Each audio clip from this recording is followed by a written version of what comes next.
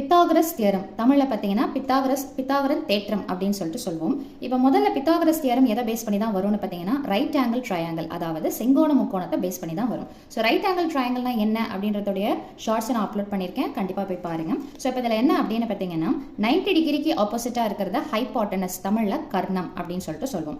Angle எந்த பக்கம் வேணாலும் கொடுக்கலாம், பில கொடுத்தாலோ அல்லது சில கொடுத்தாலோ ஆங்கிளுக்கு எதிர்த்தா போல இருக்கக்கூடிய பக்கத்தை தான் நம்ம என்னன்னு சொல்லுவோம்னு பார்த்தீங்கன்னா எதிர்பக்கம், ஆப்போசிட் சைட் அப்படின்னு சொல்லுவோம். இதை ரெண்டுத்தையும் ஃபிக்ஸ் பண்ணிட்டோம்னா அப்போ ஆப்வியஸா மீதி இருக்கிறது என்னன்னு பார்த்தீங்கன்னா அட்ஜசன்ட் சைட், அதாவது அடுத்துள்ள பக்கம். இப்போ பித்தாகரஸ் தியரம் இதை வச்சு எப்படி சொல்லணும்? நிறைய பேர் டிஃபால்ட்டா என்ன சொல்லுவாங்கன்னு பார்த்தீங்கன்னா பித்தாகரஸ் தியரம் அப்படின்னா AC square is equal to AB square plus BC square, அந்த மாதிரி சைட்ஸை வச்சு எப்பவுமே சொல்லக்கூடாது, அதாவது லெட்டர்ஸ் ஏபிசியை வச்சு சொல்லக்கூடாது. எப்படி சொல்லணும் அப்படின்னு பார்த்தீங்கன்னா பித்தாகரஸ் தியரம்ல லாங்கஸ்ட் சைடு தான் என்னன்னு பார்த்தீங்கன்னா, அதாவது இந்த ரைட் ஆங்கிள் ட்ரையாங்கிள்ல லாங்கஸ்ட் சைடு தான் நம்ம ஃபர்ஸ்ட் எடுத்துப்போம். என்னன்னு பார்த்தீங்கன்னா ஹைபாட்டனஸ், அதாவது கர்ணம். அதை ஃபர்ஸ்ட் தனியாக எடுத்து எழுதுங்க. ஸோ ஹைபாட்டனஸ் சைடை ஸ்கொயர் பண்ணுறது எதுக்கு ஈக்குவலாக இருக்கும்னு பார்த்தீங்கன்னா மீதி ரெண்டு சைட்ஸ் என்ன இருக்குது, ஆப்போசிட் சைடு இன்னொன்று அட்ஜசன்ட் சைடு, அதை ஸ்கொயர் பண்ணி ஆட் பண்ணுறதுக்கு ஈக்குவலாக இருக்குது. அப்போ the square on the hypotenuse is equal to sum of the squares of the other two sides. இதுதான் உங்களுக்கு தியரமாவே வரும் 10th ஸ்டாண்டர்ட்ல.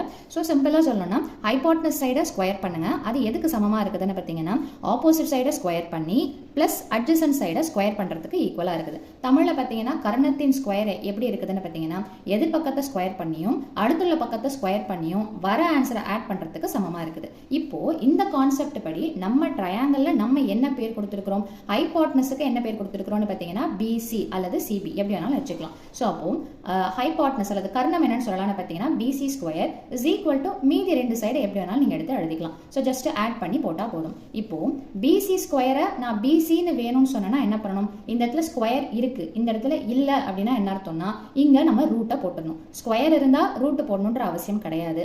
ஸ்கொயர் இல்லைன்னா இந்த இடத்துல, அதாவது ரைட் சைட்ல ரூட் போடணும்.